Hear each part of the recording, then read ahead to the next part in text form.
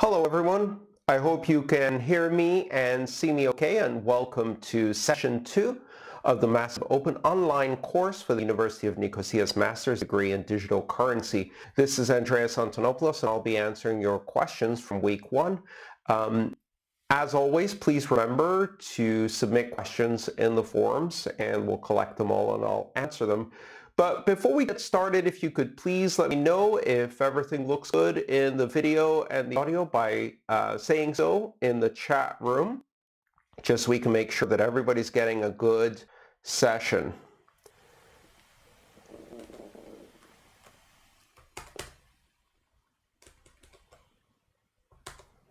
Excellent.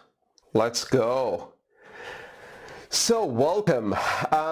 This session we're talking about the Byzantine Generals Problem and the consensus layer of the Bitcoin blockchain and other similar blockchains. Our first question comes from Pongpat. Just wondering if the Byzantine General Problem really existed in history, or is it just an example used to describe the technical computer science problem for a better understanding? Pongpat, in fact, Byzantine General Problem, as far as I know, is simply a thought experiment, as it's known, meaning that it has no historical precedent. I don't think there were ever, 4 Byzantine generals trying to attack a city and having coordination problems. So not real history, simply a mechanism to demonstrate the type of problem that you would have. The next question comes from Ryan. Is the Byzantine General Problem unsolvable without a middleman? Is it fair to say that the Byzantine General Problem could ultimately not be solved without the middleman? In this case, the middleman being the Bitcoin network. The Bitcoin network isn't a middleman primarily because the Bitcoin network isn't acting as a trusted party. In this particular case, what's happening is the consensus rules are enforced by all of the participants in the network. So each participant in the network independently forms an opinion as to what the truth is by arriving at the point of consensus and by verifying the rules themselves.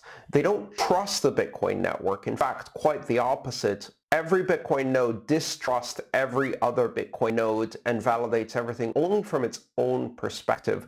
So the Bitcoin network doesn't act as a middleman because it's not making any decisions. It's simply a communications network, a transport communications network, and in fact, as a communications network, it is not trusted.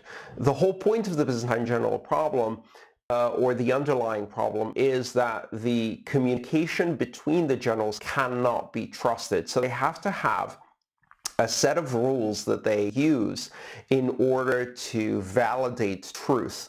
So no, the Bitcoin network is not a middleman, and the problem is solvable without a middleman because it has effectively been solved to a certain optimization by the Bitcoin consensus, algorithm.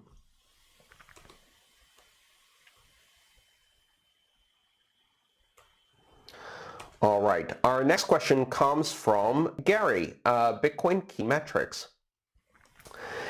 Hey, aside from the interesting graphs, is there a specific purpose for including these metrics, particularly price, in the course material? And just for reference, what Gary is talking about is the slide that includes the total Bitcoins in circulation, the major cryptographic currencies and their names, prices, capitalization, and the overall capitalization of the Bitcoin market value, as well as the networking hashing power path. Yeah, there is a point beyond these being interesting graphs, and that's to see how certain metrics may or may not correlate with each other. So looking at, for example, hash power and then comparing that to price is very interesting because, of course, hash power is influenced by price because it changes the economics of mining.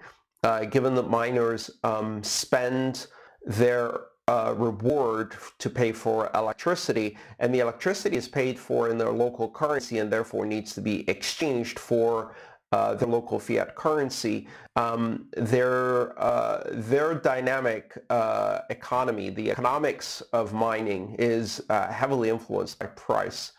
Also, it's important to understand that it's not just Bitcoin, of course. There are many different cryptocurrencies, and they all play different roles and have different prices and capitalization. So yeah, that's why those charts are in there.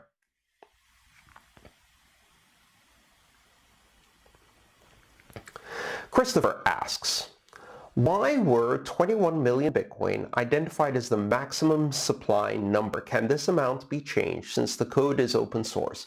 Or are they somehow inherently embedded into the code in a way that it cannot be modified?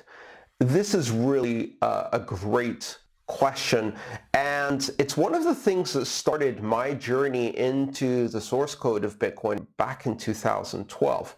So I had heard, like most people who are new to this space, there can never be 21 million Bitcoin. And so I was wondering if I would be able to open the code and find somewhere this number, 21 million, and then based on this number, that I would be able to find somewhere in the code like an if statement that said if the next block greater than 21, or if the sum of all of the rewards greater than 21 million Bitcoin, stop issuing Bitcoin or something like that. But that's not how it works. Interestingly enough, the 21 million Bitcoin, although it exists as a constant in the code, is not checked on a per block basis as you would expect. It's an emergent number that emerges from the way that the reward or block subsidy is issued. So how did we arrive at 21 million Bitcoin? Some people think it's actually a mistake, that it was by accident and the desired number was 42 million Bitcoin. Not that it really makes any difference, because the number of Bitcoin that's going to be issued, it's an arbitrary number. It doesn't really matter. As a unit of measurement, it doesn't matter.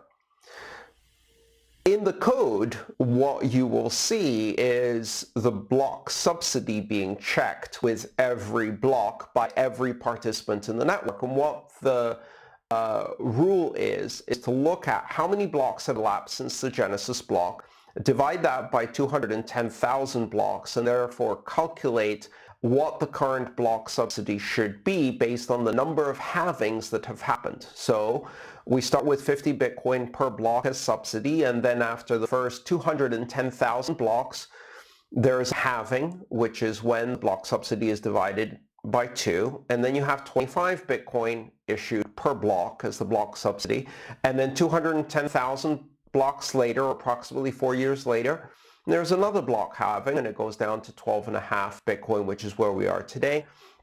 In 2020, in the summertime or springtime, there's going to be another block halving, which will be the fourth block halving, and we're going to go down to 6.25 Bitcoin per block.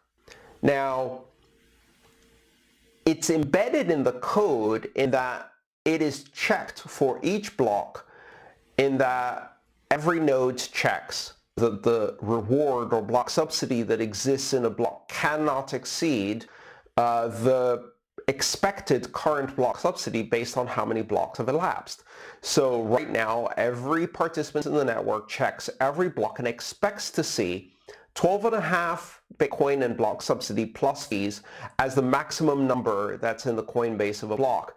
And if it is greater than that, the block is invalid and is rejected. So you can't create more Bitcoin because everybody who receives a block will check that you haven't exceeded the block subsidy amount plus the amount of transaction fees.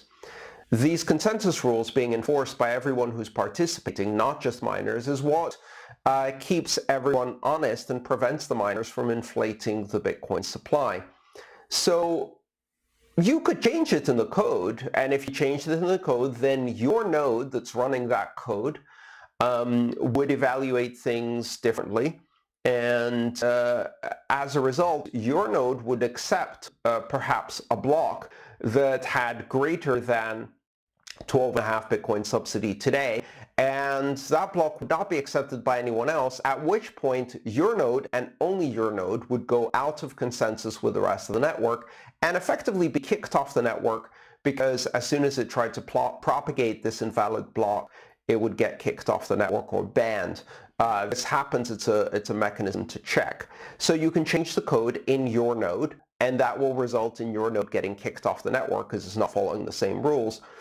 Theoretically, the developers could change the code for the Bitcoin Core software, or perhaps many of the other clients that run on the Bitcoin network, and then whoever was running that new code would effectively get forked off the network. So if you imagine some miners downloading that code and some miners refusing to download that code that changed the block subsidy, it would result in a fork, and a new Bitcoin network would be created that would not have a 21 million supply. And I guess most Bitcoiners would refuse to upgrade the code to make that change because it would violate the monetary principles of Bitcoin. As a result, you'd have another fork of Bitcoin. Let's call this Bitcoin inflation. And Bitcoin inflation would have a supply greater than 21 million. And would it be Bitcoin? According to most Bitcoiners, no. But you get to choose the rules you run on your node. Developers can write code, but nobody has to adopt it.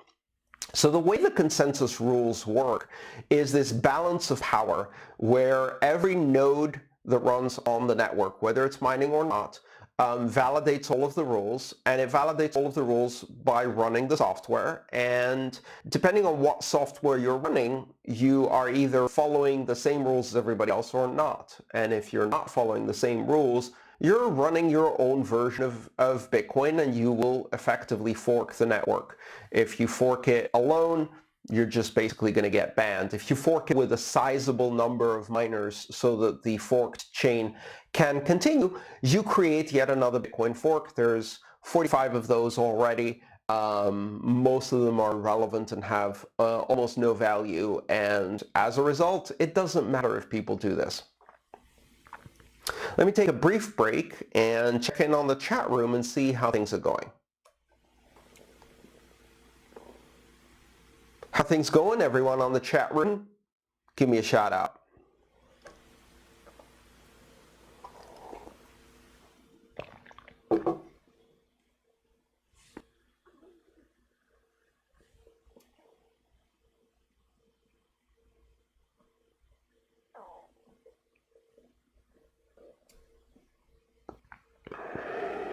Excellent. Lots of additional questions, but keep in mind, unless your question is a follow-up on a question that's already been included and it's to provide some additional clarification or color to my answer, I'm not going to be going off topic and answering questions from the chat. It's really, really much better if you put your questions during the week in the forums so that we can answer them in sequence and also curate the questions a bit more carefully.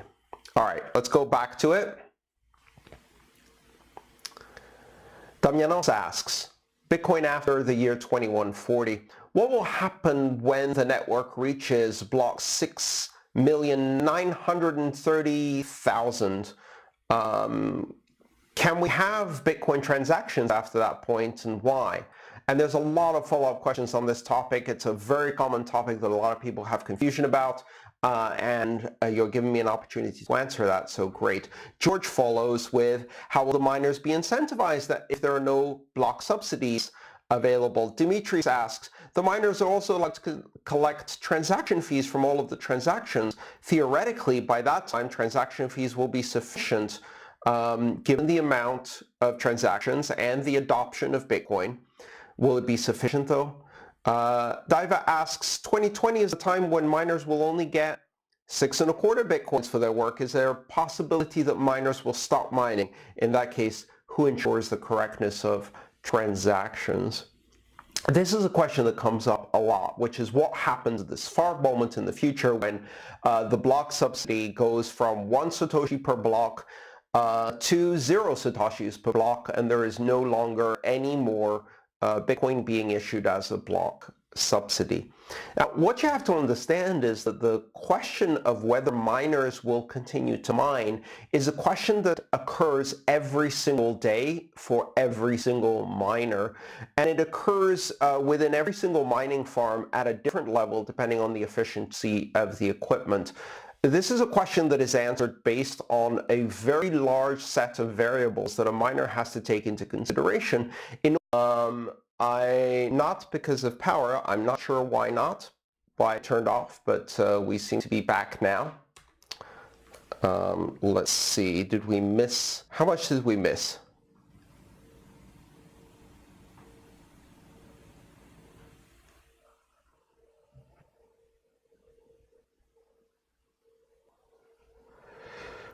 And we're back.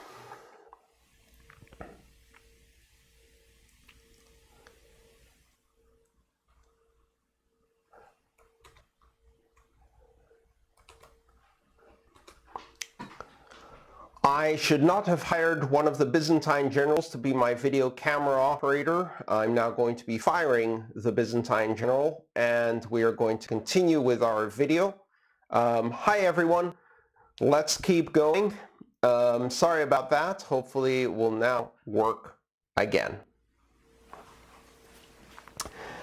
Dimitris asks, why was 10 minutes decided as the amount of time necessary for a steady and diminishing flow for each block? How is it guaranteed that a solution will be found within exactly this amount of time? That's a great question, Dimitris. Let's break that into two parts. First part is, why was 10 minutes decided as the amount of time necessary for each block? It was really a matter of balancing two competing interests. When you have a heartbeat in a blockchain consensus algorithm, as you do in Bitcoin, you've got to account for the fact that miners may be operating anywhere on the planet and may even discover blocks simultaneously in different parts of the world, which then are transmitted to the network at different speeds and may arrive at different times for different nodes. Let's think of an example. Let's say you have a miner in Australia and you have a miner in Canada, and they both simultaneously and by accident discover a new block, and then their blocks start propagating across the Bitcoin network and across the world. Now, as you can imagine, they're going to eventually be transmitted to the entire network.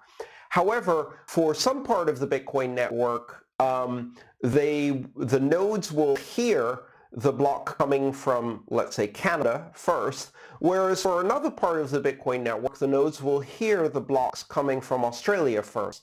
And so in that case, some of the nodes will assume that the Australian block was found first, some of the nodes will assume the Canada block was found first. What that causes is a temporary and a normal fork. That type of fork happens on average about once a week. It's a one block divergence in the network, and it's fixed with the very next block because the chance of two nodes simultaneously again finding a block is unlikely. So in the next block, one miner is going to find a new solution to a block and transmit it. And if they built on top of the Canadian block, that's the one that's part of the chain. If they built on top of the Australian block, because that's the one they heard first, that's the one that's part of the chain. The other block that wasn't made part of the longer chain will simply get recycled with all of its transactions, and all of those transactions will be re-included in subsequent blocks. This type of one block fork happens, as I said, on average once a week. Now imagine if you shortened the target time for a block. You're producing blocks every 5 minutes or every 1 minute or even every 30 seconds. And some blockchains do that. Ethereum is a good example. Ethereum has 15 to 30 second blocks and uses proof of work similarly. But in the case of Ethereum, the consensus algorithm actually anticipates that you're going to have these so-called orphaned blocks occurring much, much more often. And it used a different consensus algorithm to anticipate that. The original Bitcoin consensus algorithm was fine-tuned to reduce the number of these orphan blocks that will occur naturally so as to avoid retransmissions and reconvergence of the network. And so it only happens once a week. If you made it every 5 minutes, it might happen 4 or 5 times a week. And if you made it every 1 minute, it may happen several times a day. So this was a careful tuning. It was assumed at the time that 10 minutes would be perfectly adequate for clearing and settlement of transactions on Bitcoin. And for most use cases, in fact, it is. And that's really the trade-off. So that's the first part of your question. The second part of your question was, how is it guaranteed that a solution will be found within exactly this amount of time? And that has to do with what is known as difficulty retargeting. So every 2 weeks, or every 2016 blocks more accurately, the difficulty of the Bitcoin consensus algorithm is adjusted so as to converge onto 10 minutes, meaning 10 minutes is the fixed heartbeat time of the Bitcoin network, and what is variable is the difficulty of hashing. If more miners are hashing, then they'll find blocks a bit more often than every 10 minutes on average, and then the difficulty will be increased in the next 2-week period in order to adjust for that. So what changes is the difficulty, and what remains fixed is the timing. The heartbeat is always targeted to 10 minutes on average across many blocks, and what changes is the difficulty so that the heartbeat retargets to 10 minutes. And the 10-minute time period is hard-coded into the software. That is the one static heartbeat of Bitcoin.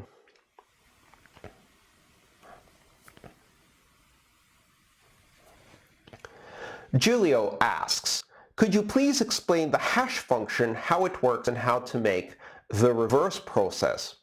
A hash function cannot be reversed. In fact, that is the primary feature, if you like, of hash functions. And what a hash function is a mathematical manipulation or an arithmetic manipulation.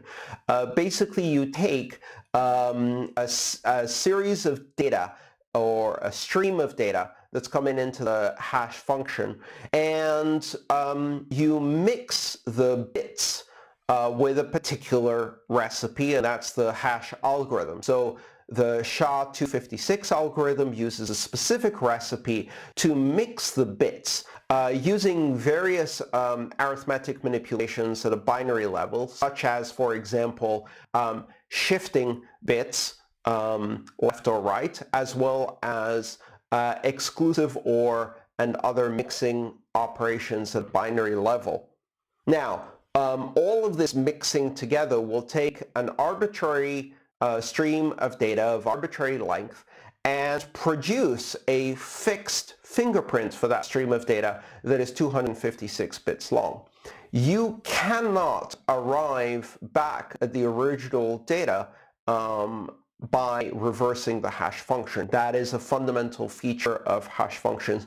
You also cannot predict what the hash function will produce or deliberately produce a specific output for the hash function by tweaking your data. Effectively, every time you put data into a hash function, it produces what appears to be an almost random number. But it's a deterministic random, which means if you put the same data into the hash algorithm, you'll get the same result. You just can't predict what that result will be. Think of it a bit like, in a visual terms, think of a billiard table, right? Take a billiard ball and hit it really hard and have it bounce off the edges of the billiard table many, many times. Let's say 100 times because you hit it really, really hard. And it arrives at a specific spot. Now, if you started with the same billiard ball at the same location and you hit it at exactly the same angle with exactly the same force, it would always stop finally after 100 bounces in the same position. But if you took a photo out of the final position of the billiard ball and you said, well, where was it when it started? It's impossible to work that backwards. So while forwards, You can take the same billiard ball, hit it with the same strength and the same angle, and it will always end up in the same position finally at the end of bouncing all across the table. When you look at the final position, you can't work backwards where it came from, because it could have arrived at that position from a number of different angles. And what that means is there is an almost infinite number of starting positions and different angles you can hit it at, but there's a much smaller number of ending positions where that ball could be, and as a result, that function is almost compressing the information. And hash functions work very much the same.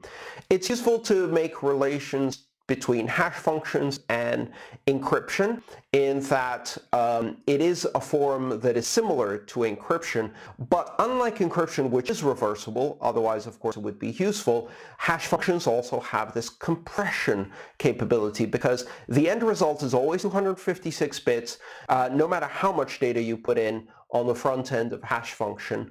And as a result, the amount of information encoded in the hash function can be smaller than the amount of information you put in. You cannot reverse hash functions, and they produce a number that it appears to be random, even though it is actually deterministic and therefore would produce the same number every time.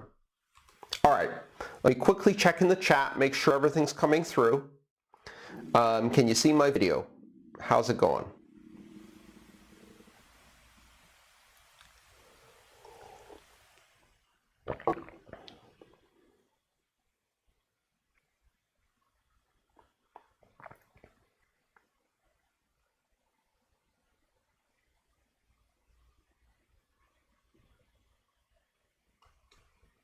All right, I think we're doing okay. I haven't heard any complaints. Let's continue.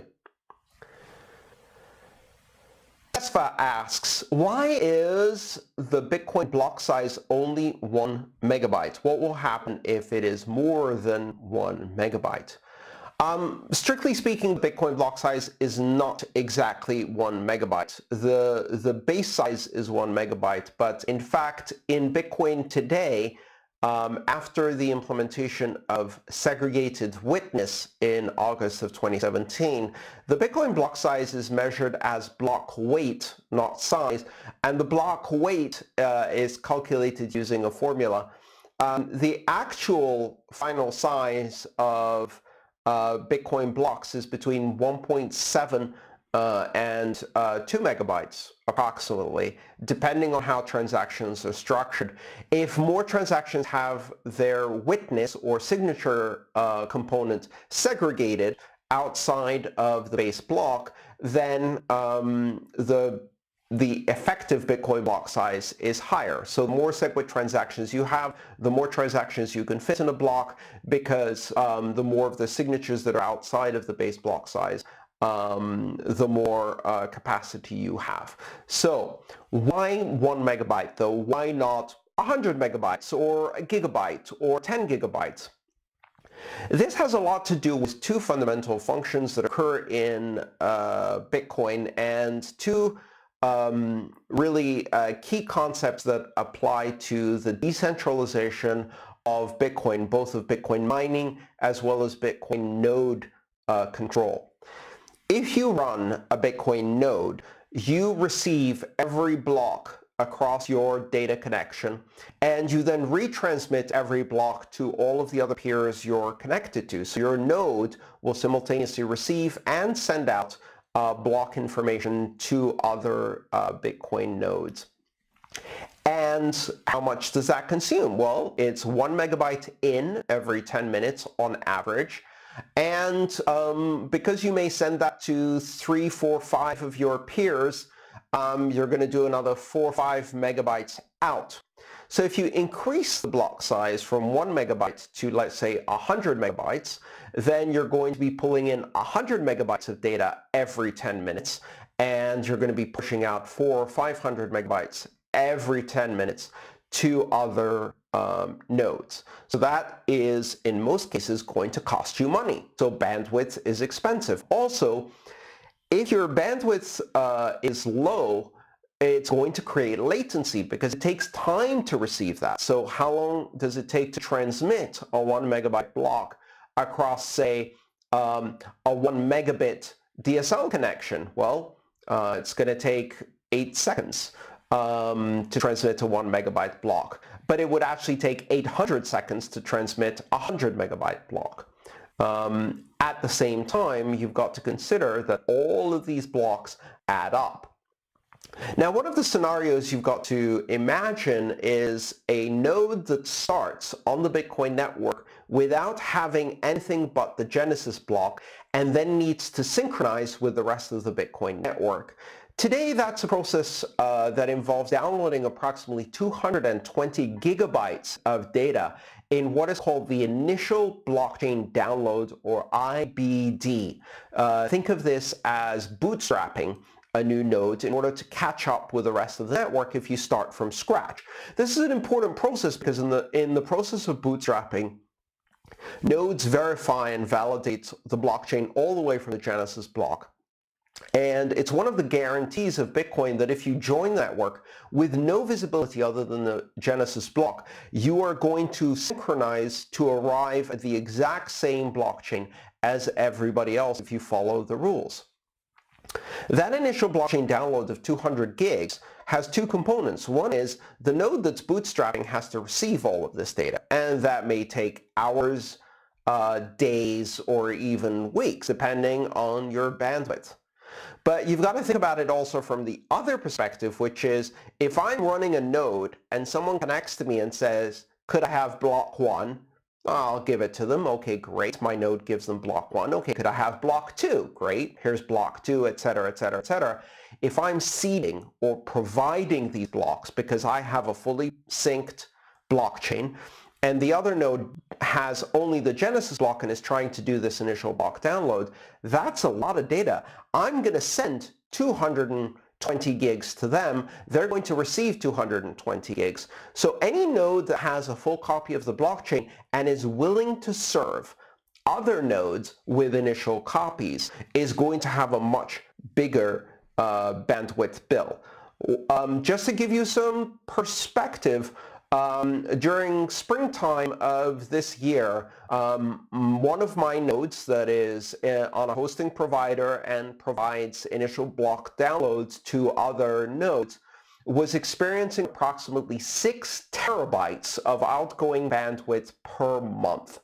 And what that means is it was syncing 24 full copies of the blockchain to other nodes, which is great. It's a public service because if you sync 24 nodes, presumably they're going to then serve that blockchain to others and you spread the Bitcoin blockchain. But seeding 6 terabytes of data actually cost me $600 a month. I reduced that a bit. I'm still seeding a lot of new nodes, but not as many as 6 terabytes of data per month. So why is the Bitcoin block size 1 megabyte? Because both in terms of the current bandwidth, in terms of the total disk size, in terms of the total bandwidth required for an initial block download, and in terms of how much data nodes will have to serve in order to help others do an initial blockchain download, all of these things have cost. And when you increase the size of the block, all of those numbers get much, much bigger. There are some Bitcoin forks that have massively increased the size of their blocks, or the allowed maximum size of their blocks, and as a result, a predictable result, fewer and fewer and fewer people are running nodes because it's too expensive to maintain. And what that does is it centralizes control over the nodes. It means it's easier to run denial of service attacks. It's easier to compromise the network and attack and shut down the network. It's easier to have everyday people stop running nodes until eventually the only parties that are running nodes are very large commercial organizations in very large data centers at a huge cost. Centralization of the infrastructure. All right, let me quickly check in the chat, make sure everybody is doing good.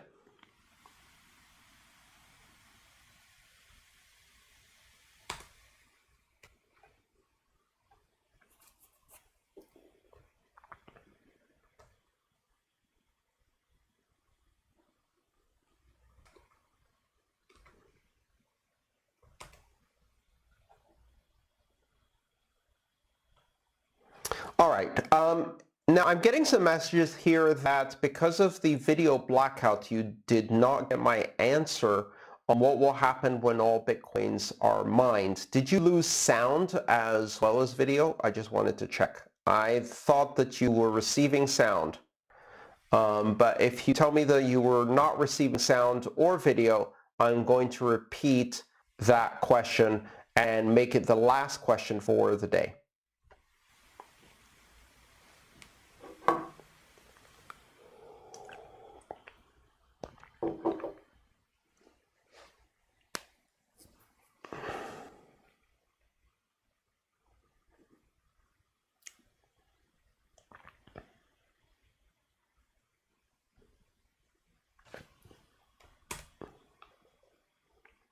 All right, let's do it again. Sorry, there's a 30-minute delay between when I talk and you see it on your screen. So let's go and do that question again. Damianos asked, what will happen when the Bitcoin network reaches block 6,930,000? Can we have Bitcoin transactions and why? George added to that question, how will the miners be incentivized after no block rewards are available? Dimitris asked, the miners are also allowed to collect transaction fees, but by that time, will the transaction fees be sufficient? And finally, Diva asked, in 2020, a year from now, when the miner block subsidy goes down to 6.25 Bitcoin per block, is there a possibility that miners will stop mining? And in that case, who ensures the security and correctness of transactions? So let me answer that question again because we had a video glitch and go back to that. Now, nothing special happens in this sudden moment of block 6,930,000 that didn't happen a block before, or 10 blocks before, or 100 blocks before, or 1,000 blocks before. In fact, today, miners decided whether they should turn off some of their equipment or whether they should turn on some new equipment, their mining ASICs, the mining hardware that they use to mine. This is a bit like your 18th birthday. A lot changes over midnight on your 18th birthday. Suddenly, legally, you become an adult. But does that mean that in the 1 minute before midnight to the 1 minute after midnight, you became suddenly a different person and started behaving like a mature adult? For many people, that never happens. But for most people, this is a gradual process. There's no magic moment where things happen suddenly. Bitcoin mining is a very complex, dynamic economy that depends on a very large number of variables, all of which interact in order to give each miner a profitability for each piece of ASIC mining equipment they have in their warehouse, and therefore decide on a daily basis based on their profitability and projected profitability that they anticipate over the next few days, weeks, months, whether they will keep running that particular piece of equipment, that ASIC mining hardware, for today.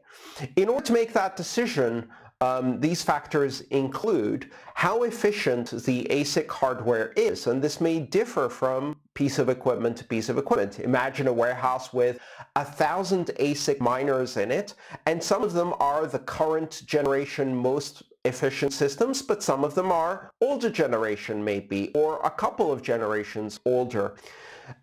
So if the most efficient miner is profitable today, but the least efficient miner they have in the warehouse is not profitable today, they have the choice to turn off the least efficient miner. However, in many cases, because they've already pre-purchased electricity, they might decide to keep running it at a loss. This decision happens across millions of mining hardware devices every single day by thousands of miners who each decide how profitable their operation is within the constraints. To make this decision, they look at many different factors. One of those factors is block subsidy. How many Bitcoin are in each block? And while that changes every 4 years when it's divided in half. The miners anticipate that. They can see, they know that in the springtime of 2020, that profitability is going to change because the block subsidy is going to be divided by half. They also anticipate that the market is going to react to these changes, and that's going to affect the Bitcoin price. And at the same time, they may have a profit margin that's big enough to absorb that difference in the mining block subsidy. When they make that decision, they make it months in advance by purchasing better, more efficient mining hardware, by negotiating better rates of electricity, and by perhaps making hedging trades in the Bitcoin exchanges and open Bitcoin markets in order to accommodate that future risk. You can use futures to hedge some of that risk too. In fact, Bitcoin futures is one of the ways miners operate.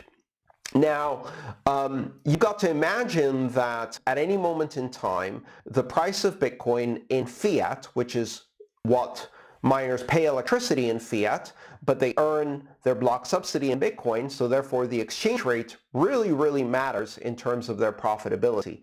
The cost of electricity that they're currently paying, the efficiency of their equipment, the efficiency of their operations, their prediction and expectations of future prices, all of these things come into play every single day so that they can decide which parts of their infrastructure are still efficient and which are not, whether they need to accelerate upgrades or maybe even change some of their operating plans. And this decision happens every day. Nothing magical happens at block 6,930,000 that wasn't the same pretty much decision that happened at block earlier.